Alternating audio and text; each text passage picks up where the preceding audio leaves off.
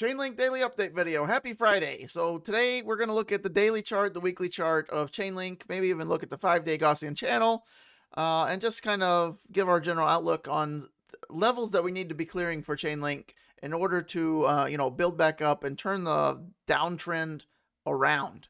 Okay, so obviously Link needs to, get Bitcoin back bullish again before, many altcoins will turn, macro level bullish. But each altcoin will kind of have its own certain key levels that we need to be watching. So that's what we're going to look at. So if you like the video and you want to see more, leave us a thumbs up here and then follow us on our free Telegram link below. So let's zoom out onto the daily chart. So really, since our peak in May, we've just been making lower highs, right? However, there are some decent signs for bottoms.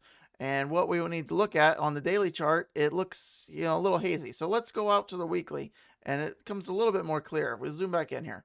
Okay, so just looking at the chart, blazedly, and we're making up words here as we speak. But we're looking at this key picture. So far, a textbook double bottom here. Even from the wicks, they click.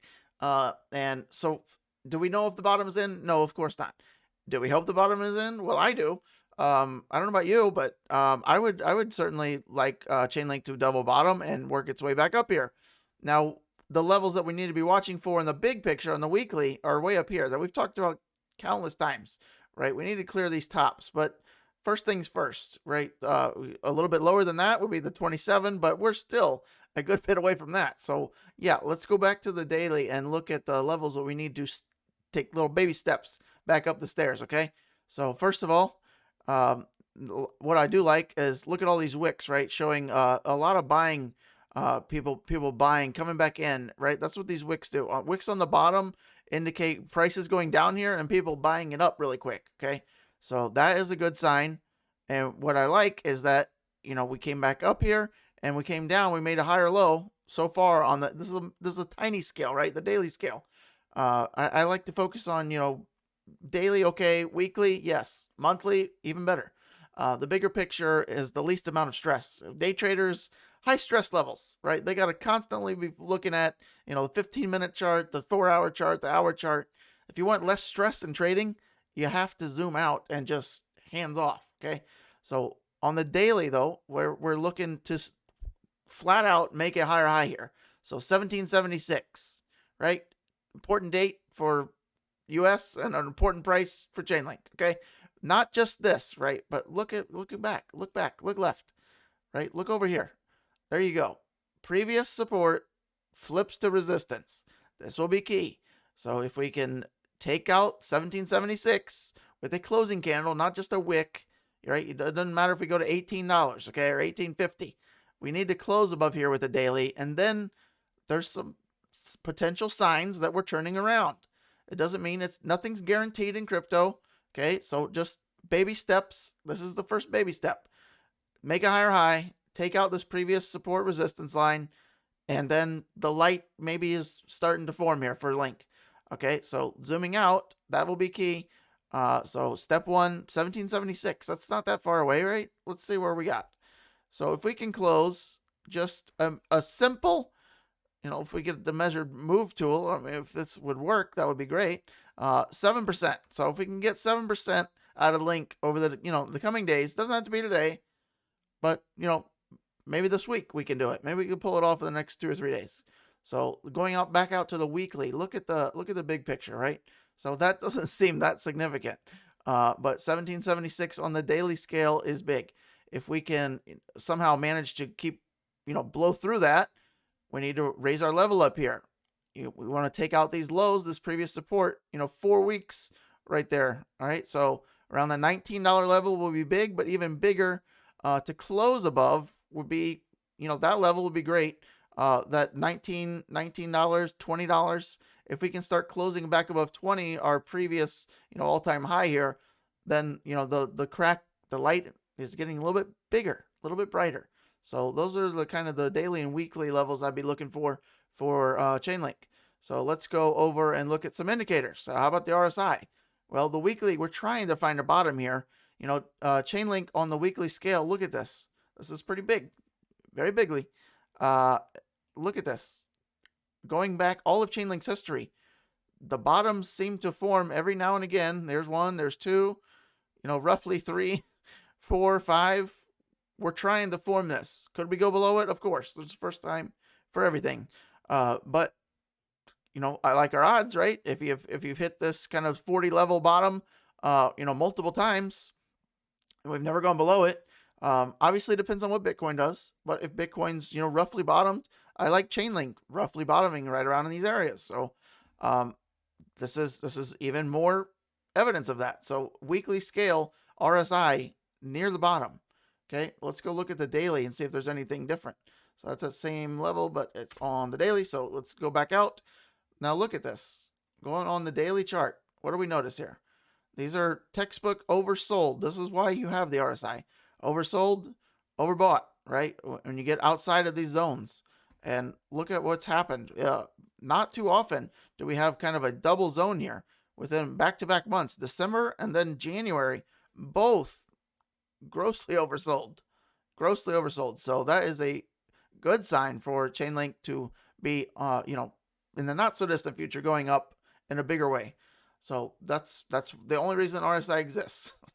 So let's go look at another one, a stochastic RSI. Now the daily we have some momentum. This is kind of your momentum of the moves. So daily we're doing okay, but the bigger pictures, Link's struggling a bit. So here's the bigger picture, right? Link from August, made high on the momentum, lower high, and now we're back down at the bottom again. So the good thing about being at the bottom is you can only look up, right? So that's the weekly, but it gets slightly worse if you go to the bigger picture on the monthly. And when I say slightly worse, I mean a lot worse. However, we have zero momentum. So this is why if you get like a pump, if we've been getting little pumps out of Chainlink, they often fail because we have nothing helping us push us up, right? No momentum on the monthly scale. So the biggest rock is not rolling. So we got little pebbles flinging from momentum. But again, the good thing about being at the bottom is you only can go up. However, the bad thing about being at the bottom is you can stay here for a while. And we've been here for a while, right? Since July, we've just been exhausted on the momentum.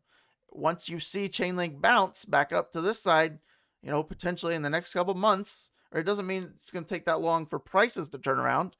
As soon as we get a bounce, prices can start moving. But when we get this kind of monthly going back this way, potentially, early summertime, something like that, big time.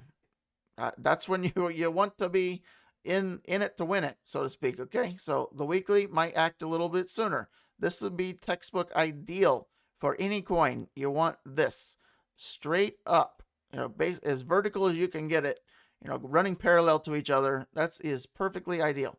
And then once we do that again, look at it. We've talked about this before too. Like this Chainlink seems to stall out kind of right in these areas. See this?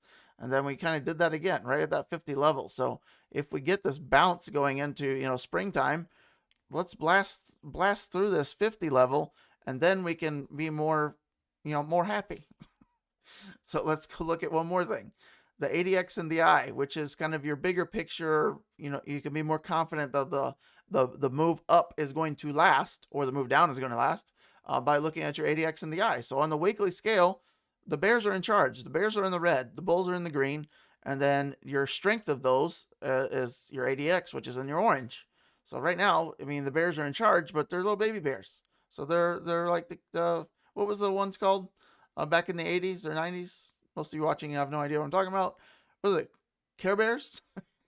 Cabbage? I was going to say Cabbage Patch, but Care Bears. So they're Care Bears now.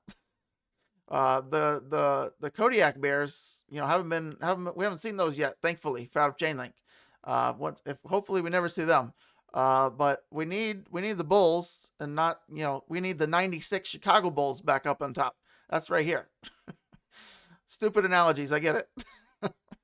But so on the weekly, we were waiting for a cross. Okay, that's my point. Stupid analogies aside, the daily, we're starting to close it a little bit, right? We're starting to close it, but we have to wait for that cross. And the Bears have simply been in charge for a considerable amount of time, all the way, second week of the year, even. right? We had last time we had a bullish cross was January, basically the very beginning of the year. On the daily, right? You can flip back and forth. That's why ADX and DI is kind of better to focus on the weekly. And Chainlink's had its time on the bullish side, right?